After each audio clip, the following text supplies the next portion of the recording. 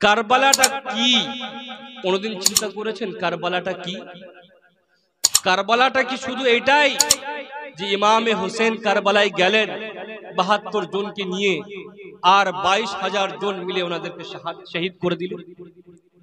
এটাই কি শুধু কারবালা? কারবালা এত সহজ নয়। কারবালা এমন একটি ঘটনা যেটাকে ইসলামের ইতিহাসের মধ্যে রক্ত দিয়ে লেখা রয়েছে।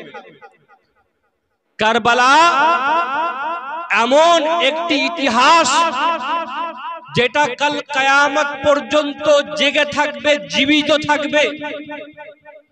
কারবালা কোনো একটা সাধারণ যুদ্ধের নাম নয়। কারবালা কোনো একটা অলৌকিক ঘটনার নাম নয়। কারবালা শুধুমাত্র দুই পক্ষের লড়াইয়ের নাম নয়। কারবালা হচ্ছে ইসলামের ভাগ্য পরিবর্তনের জায়গা। কারবালা এটা শুধুমাত্র একটা ঘটনা নয়, কারবালা হচ্ছে পুরো ইসলাম। বলুন সুবহানাল্লাহ, সুবহানাল্লাহ। ব্রাদরানে তরিকত, কারবালা বোঝার আগে আমাদেরকে বুঝতে হবে যে কেন আমরা কারবালা আলাদের আলোচনা করব, কি কারণে আমরা কারবালা আলাদের বারবার জিকির করব, কেন আমরা রাত জেগে তাদের চর্চা করব, এটা আমাদেরকে বুঝতে হবে। কোরআন বলছে ওয়ালা তাকুলু লিমান ইউকতালু ফি সাবিলিল্লাহি আমওয়াত। হে ঈমানদার বান্দাগণ, যারা কলমা পড়ে মুসলমান হয়ে গিয়েছো, যারা এক খোদাকে মাননেওয়ালা বলছো, যারা রাসূলের পাকের উপর ঈমান এনে নিয়েছো, শোনো, যারা ইসলামের জন্য, যারা ইসলামের খাতিরে, যারা রাসূলের পাকের প্রেমে আল্লাহকে রাজি করার জন্য নিজের জান দেয়, নিজের প্রাণ দেয়, নিজের জীবন বিসর্জন দেয়, ওয়ালা তাকুলু লিমান ইউকতালু ফি সাবিলিল্লাহি আমওয়াত। খবরদার, খবরদার, তাদেরকে তোমরা মৃত বলো না। খবরদার, তাদেরকে তোমরা মৃত বলো না। বাল আহইয়াউন, বরঞ্চ তারা জীবিত। ওয়ালাকিন লা তাশকুরুন, কিন্তু তোমাদের সে জ্ঞান নেই, তোমরা সেটা বুঝতে পারো না। ভাই আমার, বলুন তো ভাই, কাউরের গলায় যদি ছুরি চলে যায় সে বেঁচে থাকে কি ভাই? কাউরের গলায় যদি ছুরি কেটে চলে যায় সে বেঁচে থাকে? কিন্তু কোরআন বলছে শোনো, মানুষের যখন প্রাণ শেষ হয়ে যায়, মানুষ যখন দেহ তার রূহ ত্যাগ করে, মানুষ যখন শেষ নিঃশ্বাস নেয়, সবাই মারা যায়। কিন্তু শোনো শোনো, এমন ব্যক্তি রয়েছে যাদের গর্দনে ছুরি চালানো হয়, যাদের গর্দনে তলোয়ার চালানো হয়, কিন্তু তারা মরে না, বরঞ্চ সারা জীবনের জন্য জীবিত হয়ে যায়। এটা আমার কথা নয়, এটা কোরআনের কথা। আর কোরআন এমন একটি কিতাব, যেই কিতাবের মধ্যে দুনিয়ার সমস্ত কিছুর জ্ঞান রয়েছে, তাই না? সমস্ত কিছুর জ্ঞান রয়েছে। কোরআন বলছে ওয়ালা তাকুলু লিমান ইউকতালু ফি সাবিলিল্লাহি আমওয়াত, তোমরা মৃত বলো না। আমাদের মধ্যে এমনও মানুষ রয়েছে যারা সামনে এক কথা বলে, পিছনে এক কথা বলে। আছে কি নেই ভাই? আছে কি নেই? সামনে এক কথা বলে, পিছনে এক কথা বলে, মুখের উপরে এক কথা, দিলের মধ্যে এক কথা। কিন্তু খাল্লাকে বেনিয়াজ পরওয়ারদিগারে আলম, যিনি কুল মখলুকাতের সৃষ্টিকর্তা, উনি তো জানেন যে ওনার সৃষ্টি কেমন। হয়তো মুখে বলবে না যে না না, আমরা মানি যে যারা শহীদ হয়েছে তারা মারা যায়নি, আমরা এটাকে মানি, যারা শহীদ হয়েছে তারা মরে না। কিন্তু দিলের মধ্যে হয়তো চিন্তা করবে যে তারা মরে গেছে। আল্লাহ তাবারক ওয়া তাআলা বলছেন তো কি হয়েছে, কিন্তু আমরা তো দেখতে পাচ্ছি তারা মরে গেছে, তাদেরকে মাটি দেওয়া হচ্ছে। আল্লাহু আকবার কবীরা। আল্লাহ আল্লাহকে বেনিয়াজ পরওয়ারদিগারে আলম মানুষের এই হালটা জানে যে মানুষ মুখে এক কথা বলে, মনের মধ্যে আলাদা চিন্তা করে, মানুষ মুখে এক কথা বলে, মনের মধ্যে আলাদা ভাবনা রাখে। আল্লাহু আকবার কবীরা। সেই কারণে আল্লাহকে বেনিয়াজ পরওয়ারদিগারে আলম বলে উঠলেন শোনো, ওয়ালা তাকুলু লিমান ইউক্তালু ফি সাবিলিল্লাহি আমওয়াত, মুখে তোমরা বলবে না তার সাথে সাথে ওয়ালা তাহসাবান্নাল্লাযিনা কুতিলু ফি সাবিলিল্লাহি আমওয়াত বাল আহইয়াউন ইনদা রাব্বিহিম ইউরযাকুন, মুখে তো বলা দূরের কথা, নিজের দিলের মধ্যেও চিন্তা করবে না তারা অবশ্যই জীবিত, তারা অবশ্যই জীবিত। এটা আমার কথা নয়, এটা কোরআনের কথা।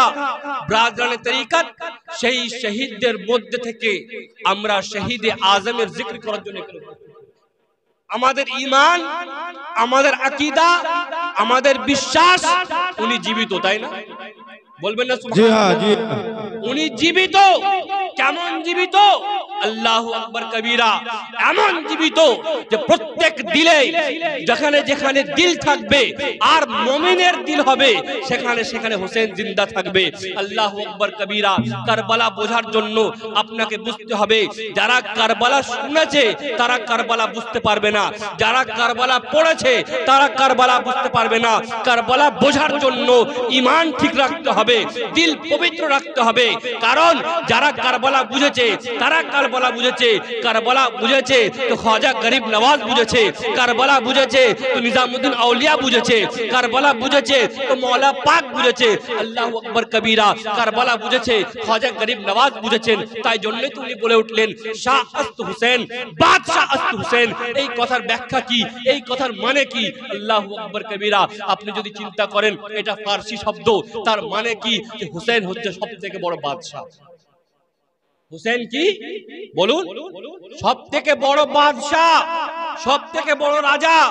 আপনারা হয়তো খেয়াল করবেন, যারা পড়াশোনা করেছে তারা জানেন কি কোন রাজার রাজত্ব লিমিটেড হয়, কোন রাজার রাজত্ব কোন এলাকা পর্যন্ত হয়।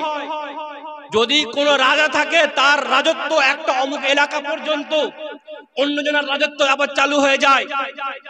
কোন রাজার রাজত্ব কিছু সময়ের জন্য, বাদশাহ আকবর ছিল, মরে গেছে, তার রাজত্ব শেষ, তারপর তার ছেলে রাজা হয়েছে। আল্লাহু আকবার কবীরা। কিন্তু খ্বাজা গরিব নওয়াজ কারবালা পড়েননি, কারবালা বুঝেছেন। কারবালা বোঝার পর উনি বলে উঠলেন শাহ আস্ত হুসেন, সবথেকে বড় বাদশার নাম হুসেন। তার কারণ নমরুদও রাজা ছিল, তার রাজত্ব শেষ হয়ে গিয়েছে। ফেরাউনও রাজা ছিল, তার রাজত্ব শেষ হয়ে গিয়েছে। আকবরও রাজা ছিল, তার রাজত্ব শেষ হয়ে গিয়েছে। কিন্তু হুসেন এমন বড় বাদশাহ, হুসেন এমন বড় রাজা, হুসেন এমন বড় সুলতান, যেখানে যেখানে মুমিন থাকবে, যেখানে যেখানে মুমিন বাস করবে, যেখানে যেখানে মুসলমান থাকবে, যেখানে যেখানে মুসলমানের দিল পবিত্র থাকবে, সেখানে সেখানে ইয়া হুসেনের নারা উঠবে, সেখানে সেখানে ইয়া হুসেনের নারা উঠবে। যদি কোনো মুমিন মদিনায় থাকে সেও বলবে ইয়া হুসেন, যদি কোনো মুমিন ধুলাকোটে থাকে সেও বলবে ইয়া হুসেন, যদি কোনো মুমিন বাগদাদে থাকে সেও বলবে ইয়া হুসেন।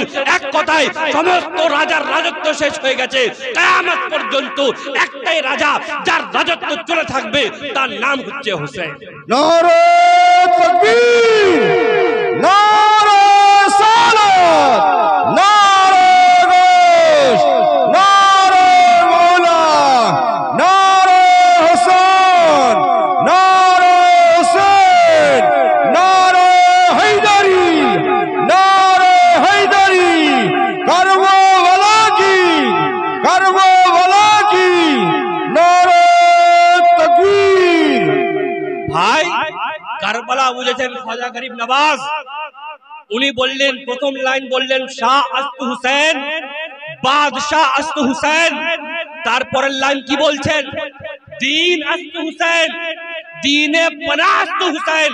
শোনো, ধর্ম তুমি কিতাবের মধ্যে খুঁজছো, ধর্ম তুমি হাদিসের পাতায় খুঁজছো, ধর্ম তুমি মৌলানা মুফতিকে দেখে খুঁজছো। শোনো, ধর্ম যদি দেখতে হয় হুসেনকে দেখো। আল্লাহু আকবার কবীরা। তার কারণ কারবালা যখন তুমি বুঝতে পারবে তখন তুমি বুঝতে পারবে নামাজের গুরুত্ব কি। কারবালা যখন তুমি বুঝতে পারবে তখন তুমি বুঝতে পারবে ভাই ভাইয়ের সাথে কেমন সম্পর্ক রাখতে হয়। কারবালা যখন তুমি বুঝবে তখন তুমি বুঝতে পারবে কি, বুঝতে পারবে আল্লাহকে রাজি করার জন্য কেমন সবর করতে হয়। কারবালা যখন তুমি বুঝবে তুমি বুঝতে পারবে যে কিভাবে বিপদের মাঝেও নিজের ঘরকে লুটিয়ে নিজের औलादকে জবাহ করাবার পরেও কিভাবে আল্লাহকে রাজি করতে হয়। এ মাওলানা, এ মুফতি সাহেব, এ কারি সাহেব, এ হাফেজ সাহেব, কোরআন পড়ছো, বলো সবর কেমন ভাবে করব, কোরআন পড়ছো, বলো রোজা কেমন ভাবে রাখবো, কোরআন পড়ছো, বলো আল্লাহকে রাজি কিভাবে করব। খাজা গরিব নওয়াজ বলছেন মাওলানাকে জিজ্ঞাসা করো না, মুফতি সাহেবকে জিজ্ঞাসা করো না, জিজ্ঞাসা করতে হলে ফাতেমা লালকে জিজ্ঞাসা করো। কারবালা শুধুমাত্র একটা ঘটনা নয়, কারবালা হচ্ছে পুরো ধর্ম, পুরো দিন। আল্লাহু আকবার কবীরা। আসুন শহীদের ব্যাপারে আপনাদেরকে বলি, তারপর আমি আস্তে আস্তে ওইদিকে যাব। আল্লাহু আকবার কবীরা। শহীদ হচ্ছে জিন্দা। কি বলুন? শহীদ হচ্ছে জিন্দা। সবাই শুনছেন তো? শহীদ হচ্ছে জিন্দা। আপনাদেরকে বলি, যদি আমাদের হাতে ব্লেডের খোঁচা লেগে যায়, জ্বালা করে না? কি ভাই, জ্বালা করে কি করে না? যদি কাঁটি ফুটে যায় জ্বালা করে কি করে না? যদি গাছের একটা কাঁটা ফুটে জ্বালা করে কি করে না? কিন্তু শহীদের মর্তবা, শহীদের স্ট্যাটাস, শহীদের সম্মান হাদিসে পাকের মধ্যে বলা হচ্ছে আশ-শাহীদু লা ইয়াজিদু আলামাল কতল। শহীদরা ব্যথা পায় না, কতলের ব্যথা পায় না। শহীদদের গর্দানে যখন ছুরি চালানো হয়, তাদের যখন কতল করা হয়, হাদিসে পাকের আলফাজ আশ-শাহীদু লা ইয়াজিদু আলামাল কতল ইল্লা কামা ইয়াজিদু আহাদুকুম আলামাল কারসা। শোনো, শহীদের গলায় যখন ছুরি চালানো হয়, শহীদ তার গলার ব্যথা পায় না, শুধুমাত্র তার এতটুকুন ব্যথা হয়। যেমন মানুষকে পিঁপড়ে কামড়ালে ব্যথা হয়, ঠিক তেমন। আপনারা বলবেন হুজুর আপনি কি কথা বলছেন? আমাদের গায়ে যদি সেফটি পিন ফুটে যায় আমাদের ব্যথা লাগে, আমাদের গায়ে যদি কাঁটা ফুটে যায় আমাদের ব্যথা লাগে, আমাদের গায়ে যদি হালকা ব্লেডের খোঁচা লেগে যায় আমাদের ব্যথা লাগে। আপনি কিভাবে বলছেন শহীদদের গর্দানে তলোয়ার চালানো হয়, শহীদদের গর্দানে ছুরি চালানো হয়, তাদের মাত্র পিঁপড়ে কাটার মতন ব্যথা লাগে? আপনি ভুল কথা বলছেন, আপনি গাঁজাখড়ি কথা বলছেন। আমি বলবো আমাকে জিজ্ঞাসা করো না, আমি তো সাধারণ মানুষ। এর উত্তর তোমরা কোরআনকে জিজ্ঞাসা করো, কোরআনকে জিজ্ঞাসা করো।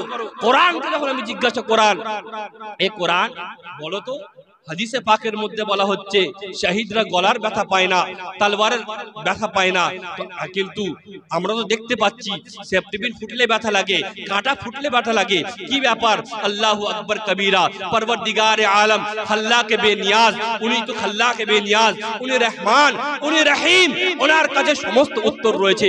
বলছে এ বাবা শোনো, কোরআন পাক বলছে ওয়াকাত্তানা আইদিয়াহুন্না ওয়া কুলনা হাশা লিল্লাহি মা হাযা বাশারা ইন হাযা মালাকুল কারীম। তোমরা চিন্তা করো না, সূরা ইউসুফ খোলো, ইউসুফের মধ্যে আমরা কি দেখতে পাচ্ছি? হযরত জুলেখা উনি ডাকলেন, মিশরের মহিলাদেরকে ডাকলেন, মিশরের মহিলাদেরকে ডেকে বলা হচ্ছে এ তোমরা তো আমার উপর ঠাট্টা করছো, আমার উপর মজাক উড়াচ্ছ, আমাকে নিয়ে টিটকিরি মারছো যে আমার মতন রানী, আমার মতন মহারানী ইউসুফের মতন গরিব ছেলের প্রেমে কি করে পড়ে গেল, ইউসুফের প্রেমে কিভাবে পড়লো? ঠিক আছে, আমার উপর তোমরা ঠাট্টা করছো, এক কাজ করো, আমার মহলে তোমরা আসবে, আমার প্রাসাদে তোমরা আসবে, তোমাদের হাতে আমি দিয়ে দেবো একটা করে ছুরি আর একটা করে আপেল দিয়ে দেবো, একটা করে ফল দিয়ে দেবো, তোমরা ধরে থাকবে, আমি ইউসুফকে আসতে বলবো, ইউসুফ যখন ঢুকবে তোমরা সেটা কাটা শুরু করবে, সেটা কাটা শুরু করবে। আল্লাহু আকবার কবীরা। হযরত ইউসুফ আলাইহিস সালাতু ওয়াত তাসলিমকে হযরত জুলেখা অর্ডার দিলেন। কি অর্ডার? যে ইউসুফ তুমি আসবে, মহলের মধ্যে প্রবেশ করবে, তুমি আসো। মহলের গেট খোলা হলো, হযরত ইউসুফ প্রবেশ করছেন। মিশরের বড় বড় রানীরা, মিশরের সুন্দর সুন্দর মহিলাদের হাতে ছুরি দেওয়া হয়েছে, আপনার ফল দেওয়া হয়েছে। আল্লাহু আকবার কবীরা। সেই হুকুম হলো যে যখন ইউসুফ আসবে তোমরা শুরু করো ফল কাটা। আল্লাহু আকবার কবীরা। হযরত ইউসুফ ঢুকেছেন। কোরআন বলছে ওয়াকাত্তানা আইদিয়াহুন্না ওয়া কুলনা হাশা লিল্লাহি মা হাযা বাশারা। সেই মেয়েরা একদিকে ইউসুফকে দেখছে আর একদিকে পেরেশান হয়ে যাচ্ছে যে এত সুন্দর চেহারা, এত সুন্দর চেহারা আমরা এর আগে দেখিনি। তারা ফল কাটার আগে তার হাত কেটে দিচ্ছে আর বলছে মা হাযা বাশারা, এটা কোনো পুরুষ হতে পারে না, এটা কোনো মানুষ হতে পারে না, ইন হাযা মালাকুন করিম, মনে হচ্ছে এটা ফেরেশতা। আমি বলতে চাই হযরত ইউসুফকে দেখার পর তারা নিজের হাতের ব্যথা ভুলে গেল। হযরত ইউসুফকে দেখার পর তারা নিজের আঙ্গুল কাটার ব্যথা বুঝতে পারলো না। হযরত ইউসুফকে দেখার পর তারা নিজের আঙ্গুল কেটে ফেলে দিল, কিন্তু পর্যন্ত করলো না। কিন্তু যারা আল্লাহর রাস্তায় নিজের গর্দান কাটায়, আল্লাহর রাস্তায় নিজের দল আপনার গর্দানে ছুরি চালায়, তারা তো হযরতে আল্লাহকে দেখে, তারা তো স্বয়ং আল্লাহর দিদার করে। যদি ইউসুফকে দেখার কারণে তাদের হাতের ব্যথা মরে যায়, তো আল্লাহকে দেখার কারণে তাদের হাতের গলার ব্যথাও মরে যায়, তাই না? যদি হযরতে ইউসুফকে দেখার কারণে মিশরের মেয়েদের হাতের ব্যথা মরে যায়, তাহলে আমি এটা বলতে পারবো যে যখন কোন ব্যক্তি শহীদ হয় সে তো স্বয়ং আল্লাহকে দেখে, সে কেন নিজের গলার ব্যথা বলবে? তাই জন্যই হাদিসে পাকের মধ্যে বলা হয়েছে আশ-শাহীদু লা ইয়াজিদু আলামাল কলব, শহীদগণ গলার ব্যথা বুঝতে পারে। বলবেন না সুবহানাল্লাহ? সুবহানাল্লাহ, সুবহানাল্লাহ। আপনাদের ঘুম পাচ্ছে নাকি? বলছো হাত তুলে ইয়া হুসেন, সবাই দুজন দু হাত তুলে ইয়া হুসেন, ইয়া হুসেন। শুনেন, আমরা গুনাহগার, সিয়াকার, বদকার বান্দা, আমরা গুনাহগার, সারাপা গুনাহগার।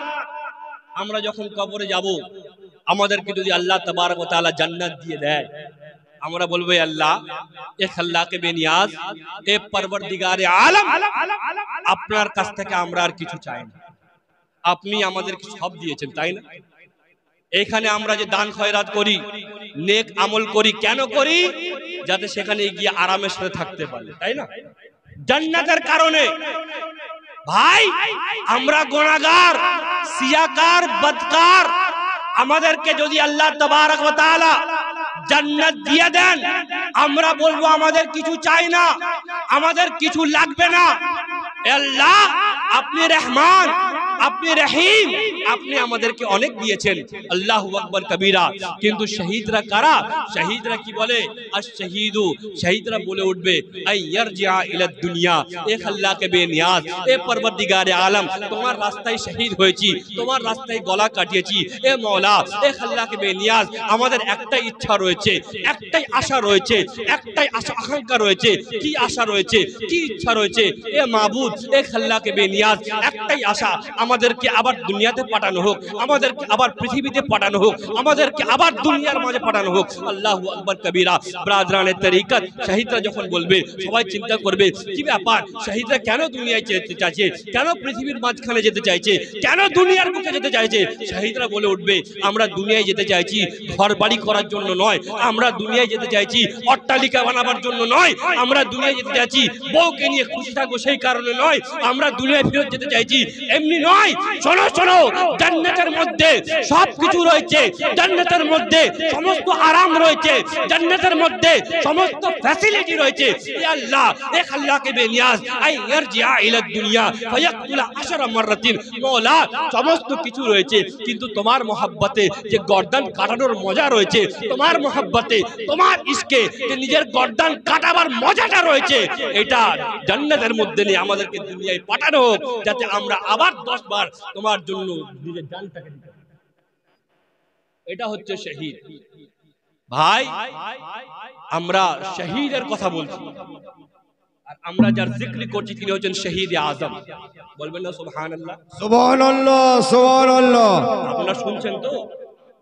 শহীদে আজম, শহীদদের এতটা স্ট্যাটাস রয়েছে, হাদিসে পাকের মধ্যে বলা হচ্ছে যে শহীদরা কেমন স্ট্যাটাসধারী, কেমন তাদের পাওয়ার, কেমন তাদের মাকাম, কেমন তাদের সম্মান। তিরমিজি শরীফ এবং মিশকাত মুসাবির মধ্যে হাদিস বর্ণিত রয়েছে, কোন ব্যক্তি যদি শহীদ হয়ে যায় তাকে 6টা জিনিস দেওয়া হয়। বলবেন না সুবহানাল্লাহ? সুবহানাল্লাহ, সুবহানাল্লাহ। প্রথম জিনিস কি? যখন তার গর্দানে ছুরি চালানো হয়, সেই অবস্থায় রক্ত পড়ার পূর্বে তার উপর দোজখের আগকে হারাম করে দেওয়া হয়, তার উপর দোজখের আগকে হারাম করে দেওয়া হয় এবং কবরের আযাব থেকে তাকে মাহফুজ করে নেওয়া হয়। এটা হচ্ছে 1 নম্বর। দ্বিতীয় নম্বর কি, শহীদ যখন কোনো ব্যক্তি হয় তার মাথায় এমন সম্মানের তাজ দেওয়া হয়, সম্মানের মুকুট দেওয়া হয় যে ময়দানে মেহশারের মধ্যে সে যখন ওঠে তার মাথায় সেই তাজ দেখে বড় বড় আম্বিয়া কেরামগণ চিন্তা করে এরা হয়তো অন্য কোনো জায়গার নবী। তৃতীয় জিনিস কি, শহীদের রক্ত পড়ার আগে তার বাড়ির 70 থেকে 80 জনকে বিনা হিসাবে মাফ করে।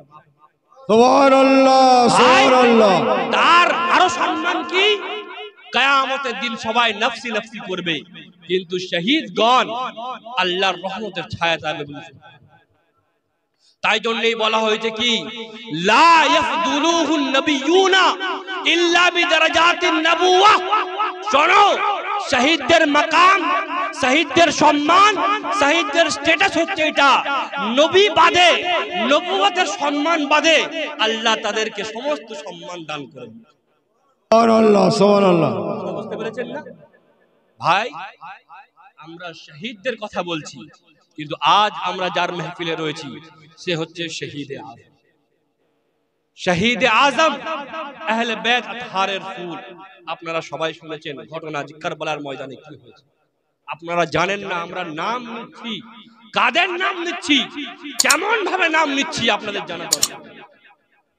আজ শহীদে আজম ইমামে হুসেন কে, ওনার বংশ কি, ওনার সম্মান কি, আপনারা সবাই জানেন যে ওনারা কি ছিলেন। আসুন আপনাদেরকে আমি হাদিসের আলোতে বলি। আল্লাহু আকবার কবীরা। আমরা কারবালা কারবালা করি, আমাদের জীবনের মধ্যে কারবালার শিক্ষা নেই। আমরা কারবালা কারবালা করি, কিন্তু আমাদের চলাফেরার মধ্যে ইমাম হোসেনের শিক্ষা নেই। আল্লাহু আকবার কবীরা। কে আহলে বাইত, কে আহলে বাইত, আহলে বাইত পাক কারা, আহলে বাইত পাকের সম্মান কি। আল্লাহু আকবার কবীরা। কোরআনকে যখন আমি জিজ্ঞাসা করি আহলে বাইত কারা, আজকে তো শহীদে আজমের জিকির করছি, আজকে তো শহীদে আজমের সম্মানের কথা বলছি। এ ভাই বলো বলো আহলে বাইত কারা? কোরআন বলছে কুল লা আসআলুকুম আলাইহি আজরান ইল্লাল মাওয়াদ্দাতা ফিল কুরবা। আমি যখন কোরআনকে জিজ্ঞাসা করছি বলো বলো আহলে বাইত কারা, কোরআন বলছে ইন্নামা ইউরিদুল্লাহু লিইউযহিবা আনকুম রিসা আহলাল বাইতি ইউতাহিরাকুম তাতহীরা। ভাই আমার, আহলে বাইত তারা যাদেরকে কোরআন বলছে পাক ও পবিত্র। আহলে বাইত তারা যাদেরকে কোরআন বলছে তোমাদের মোহাব্বত মুমিনের দিলের মধ্যে ঢুকে থাকবে। যদি তোমাদের মোহাব্বত মুমিনের দিলের মধ্যে না থাকে সে মুমিন হতে পারে না। আল্লাহু আকবার কবীরা। আমাদের মতন ছোট মাওলানা, আমাদের মতন ছোট পীর সাহেব, আমাদের মতন ছোট আলেম আহলে বাইত সম্পর্কে কি বলবে? আহলে বাইত সম্পর্কে জানতে হলে সাহাবায়ে রাসূলদেরকে জিজ্ঞাসা করো, সাহাবায়ে কেরামদেরকে জিজ্ঞাসা করো আহলে বাইত কারা। আল্লাহু আকবার কবীরা। হযরত আবু যর গফফারি সাহাবী রাসূল ছিলেন, এত বড় সাহাবী যার ব্যাপারে আমার রাসূল বলেন এই আবু যর আমি তোমাকে ভালোবাসি, তুমি আমাকে ভালোবাসো। আবু যর গফফারি রাদিয়াল্লাহু তাআলা আনহু উনি বর্ণনা করেন কাবা শরীফের গেট ধরে মানুষদেরকে বোঝাচ্ছেন, এ মানুষগণ শোনো শোনো, আমি আবু যর গফফারি সাহাবী রাসূল আছি, রাসূল পাকের উপর ঈমান এনেছি, রাসূল পাককে নিজের চোখ দ্বারা দেখেছি, রাসূল পাকের কথা নিজের কান দ্বারা শুনেছি। আমি কাবা শরীফের গেট ধরে বলছি আলা তোমরা সাবধান হয়ে যাও, আলা তোমরা সাবধান হয়ে যাও, আলা তোমরা সাবধান হয়ে যাও। ইন্না মাসালা ফিকুম মিসলু সাফিনাতি নূহিন। শোনো শোনো, আহলে বাইত কোনো ছোট জিনিসের নাম নয়, আহলে বাইত কোনো পাঁচটা ঘরের লোক মতন নয়, আহলে বাইত কোনো তোমাদের ঘরের মতন নয়। আলা সাবধান হয়ে যাও। ইন্না মাসালা আহলে বাইতি ফিকুম মাসালু সাফিনাতি নূহিন। আমার আহলে বাইত, আমার ঘর আলা, আমার বংশ, আমার পরিবার বর্গ তোমাদের মাঝে কার মতন? হযরত নূহ আলাইহিস সালাতু ওয়াত তাসলিমের নৌকার মতন। ফামান নাজা ফামান রাকিবাহা, যে সেই নৌকার উপর চড়ে গেল, যে সেই নৌকার উপর সওয়ার হলো নাজা সে নাজাত পেয়ে গেল। মান তাখাল্লাফা আনহা, এবং যে সেই নৌকা থেকে সরে গেল সে জাহান্নামে চলে গেল। আল্লাহু আকবার কবীরা। এই হাদিসের মানে কি, এই হাদিসের ব্যাখ্যা কি?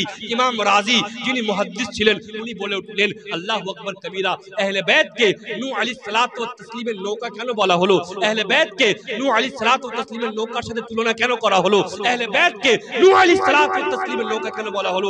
আপনারা হয়তো জানেন না হযরত নূহ আলাইহিস সালাতু ওয়াত তাসলিম কে ছিলেন? হযরত নূহ আলাইহিস সালাতু ওয়াত তাসলিম নবী ছিলেন, রাসূল ছিলেন। উনি এসেছিলেন আল্লাহর তরফ থেকে থেকে মানুষের কাছে মানুষকে হেদায়েতের বাণী পৌঁছাবার জন্য মানুষের কাছে এসেছিলেন মানুষকে সঠিক পথে আনার জন্য। আল্লাহু আকবার কবীরা। হযরত নূহ আলাইহিস সালাতু ওয়াত তাসলিম উনি এলেন, প্রচার করলেন যে আমি নবী, আমি রাসূল, আমাকে আল্লাহ পাঠিয়েছে, আমাকে খোদা পাঠিয়েছে, তোমাদের কাছে পাঠিয়েছে, তোমাদেরকে শিক্ষা দেওয়ার জন্য পাঠিয়েছে। আমার কথা মেনে নাও, আমার কথা তোমরা মেনে নাও। আল্লাহু আকবার কবীরা। হযরত নূহ আলাইহিস সালাতু ওয়াত তাসলিমের কথা যখন সবাইকে বলা হলো, হযরত নূহ আলাইহিস সালাতু ওয়াত তাসলিমের কথা যখন সবাই শুনলো, খুব কম লোক ঈমান আনলো, খুব অল্প লোক ঈমান আনলো।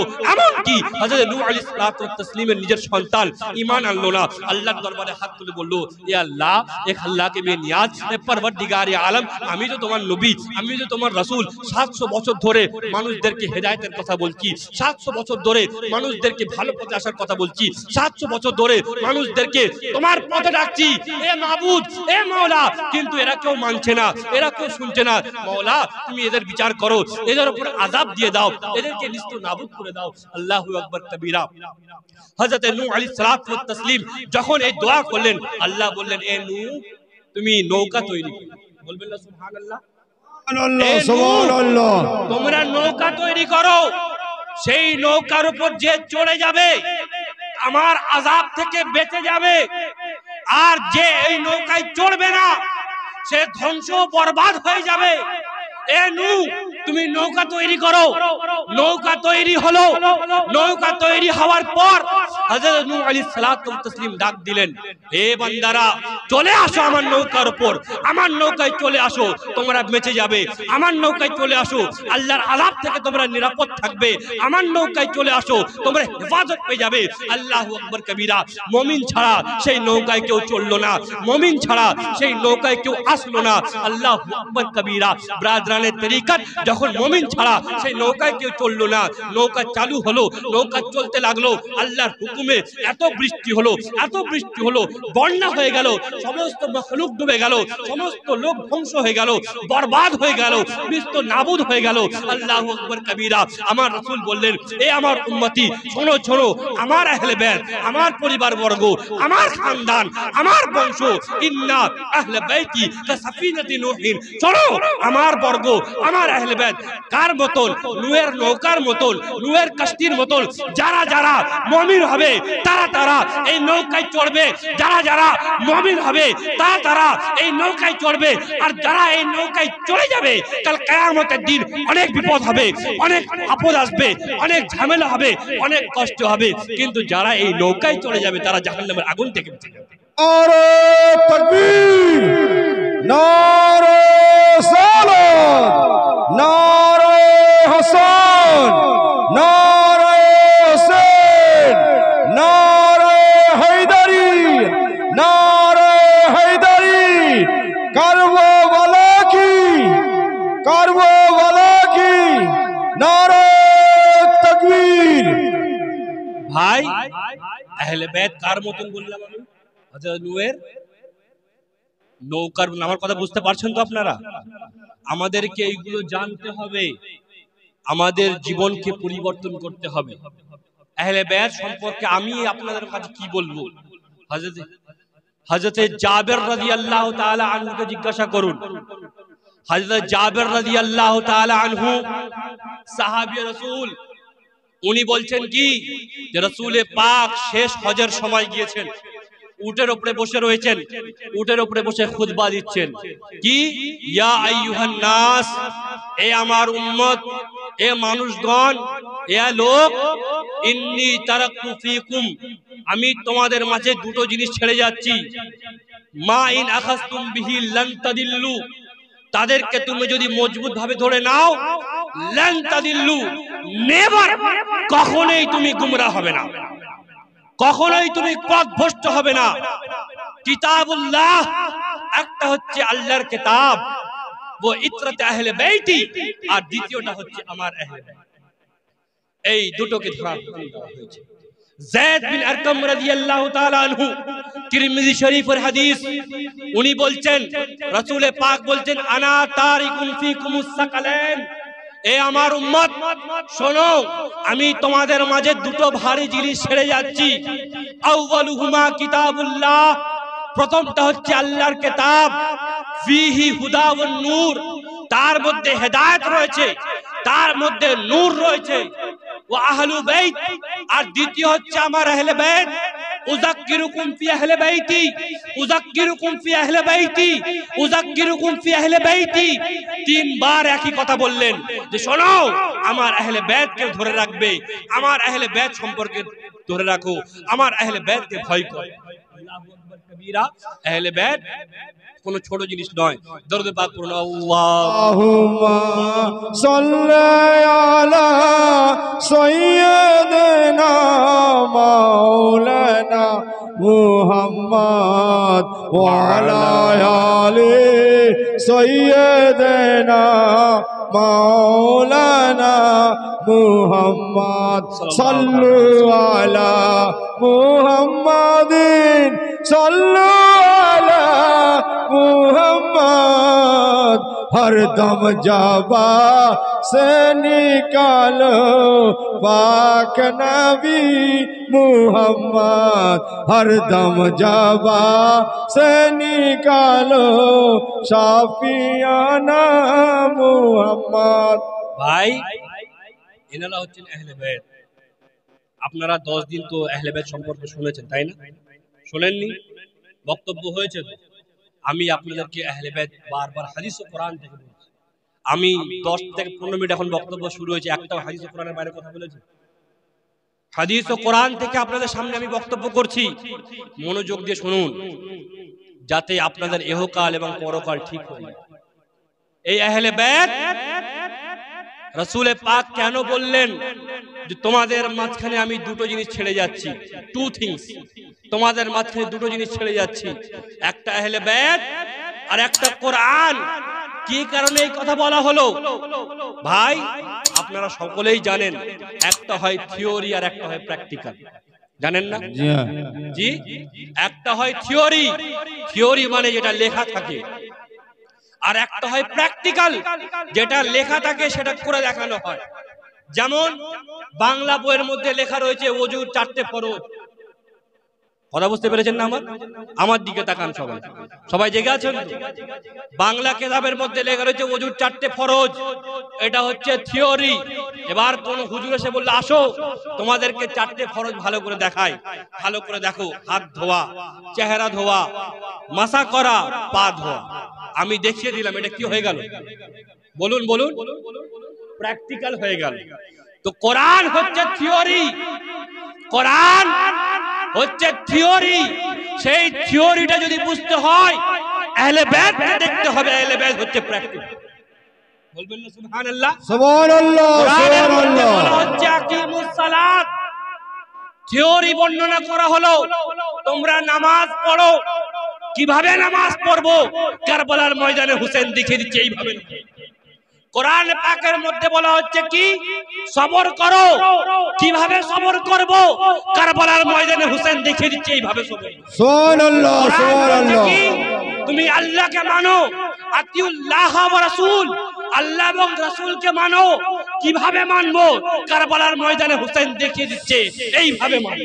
সুবহানাল্লাহ, সুবহানাল্লাহ। বোঝা যায় কোরআন হচ্ছে থিওরি আর আহলে বাইত কি? প্র্যাকটিক্যাল। আল্লাহু আকবার কবীরা। শুনে নেন, শুনে নেন, আহলে বাইত কোনো সাধারণ জিনিসের নাম নয়। আহলে বাইতের সাথে মোহাব্বত মুমিনদের ঈমান, আহলে বাইতের সাথে ভালোবাসা মুমিনদের ঈমান। আজকে আপনি শহীদে আজমের মাহফিলে এসেছেন, শহীদে আজম ইমামে হোসেন কেমন ছিলেন, ইমামে হাসান কেমন ছিলেন, আহলে বাইত কেমন ছিলেন, ওনাদের শাহাদাতটা কি এতটাই হালকা? না ভাই, শোনো, ওনারা কোনো হালকা ঘরের লোক নয়। আজকালকার যুগে ছোট থেকে ছোট পীর সাহেব যদি আসে, তার জন্য ব্যবস্থা করা হয়, তার জন্য রুম করা হয়, তার জন্য খাদ্য ব্যবস্থা করা হয়, তার জন্য মুরিদরা নারা লাগায় আল্লাহু আকবার কবীরা। ইমামে হোসেনের থেকে বড় পীর তো কেউ নেই, ইমামে হাসানের থেকে বড় পীর তো কেউ নেই। ওনারা কেমন ছিলেন? হযরত সিরি রাহমাতুল্লাহি তাআলা আলাইহি, হযরত সিরি সাক্তি রাহমাতুল্লাহি তাআলা আলাইহি, উনি বর্ণনা করেন, কি বর্ণনা করেন? আল্লাহ তাবারক ওয়া তাআলা প্রথম মাখলুক তৈরি করলেন, মানুষ তৈরি করলেন। তৈরি করার পর মানুষদেরকে বললেন, এ মানুষগণ, এ মাখলুক, আমি তোমাকে সৃষ্টি করেছি, আমি তোমাদেরকে সৃষ্টি করেছি, আমি তোমার সৃষ্টিকর্তা, বলো আমাকে তোমরা ভালোবাসো।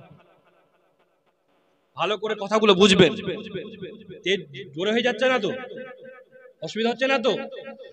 হযরত সিরি সাক্তি রাহমাতুল্লাহি তাআলা আলাইহি উনি বললেন যে আল্লাহ তাবারক ওয়া তাআলা মানুষ জাতি সৃষ্টি করার পর তখন দুনিয়া সৃষ্টি হয়নি, তখন জান্নাত জাহান্নাম সৃষ্টি হয়নি।